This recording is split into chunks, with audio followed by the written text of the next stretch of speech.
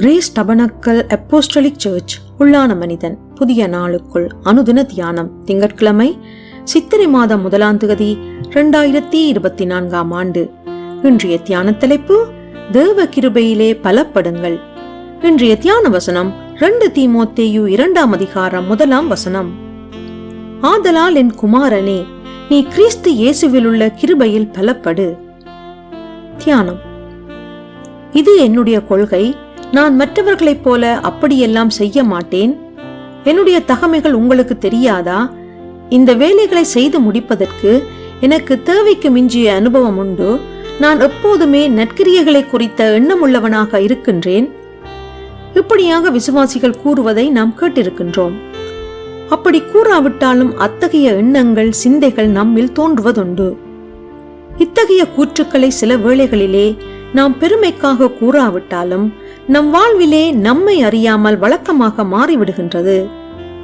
வேறு சில சந்தர்ப்பங்களிலே நாம் நம்முடைய கல்வி, வேலை, செல்வாக்கு, அந்தஸ்து, செல்வம் போன்றவற்றை குறித்து அலட்டிக் கொள்ளாவிட்டாலும் மற்றவர்கள் நம்மை குறித்து கூறும் பாராட்டுக்கள் இவைகளை மையமாக கொண்டதாகவே காணப்படுகின்றது.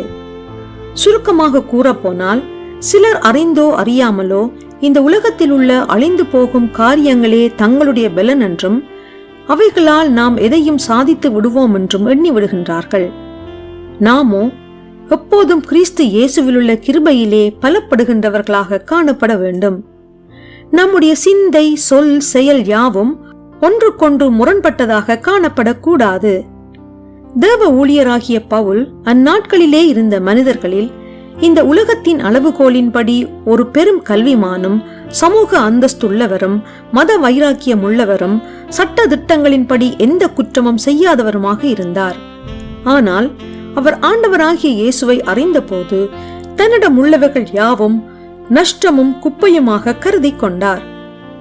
என்னை பலப்படுத்துகிற கிறிஸ்துவினாலே எல்லாவற்றையும் செய்ய எனக்கு பலன் உண்டு என்று அறிக்கை செய்தார். தன் குறைவுகளிலே தேவ கிருபை நிறைவாக இருக்கின்ற இரகசியத்தை தெளிவாக உணர்ந்து கொண்டார். ஆதலால் அவர் வழிநடத்தி வந்த கர்த்தருக்குள் உத்தம குமாரனாகிய தீமோத்தேயுவை நோக்கி, நீ கிறிஸ்து இயேசுவிலுள்ள கிருபையிலே பலப்படு என்று ஆலோசனை கூறினார். அதே போல நாமும் எப்போதும் தேவ கிருபையிலே பலப்படுகின்றவர்களாக காணப்படுவோமாக. ஜெபம் செய்வோம்.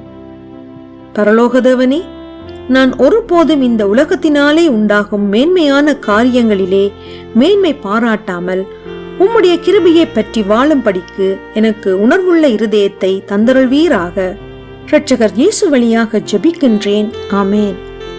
மாலை வாசகம் 2 கொரிந்தியர் 12ஆம் அதிகாரம் 9ஆம் வசனம்.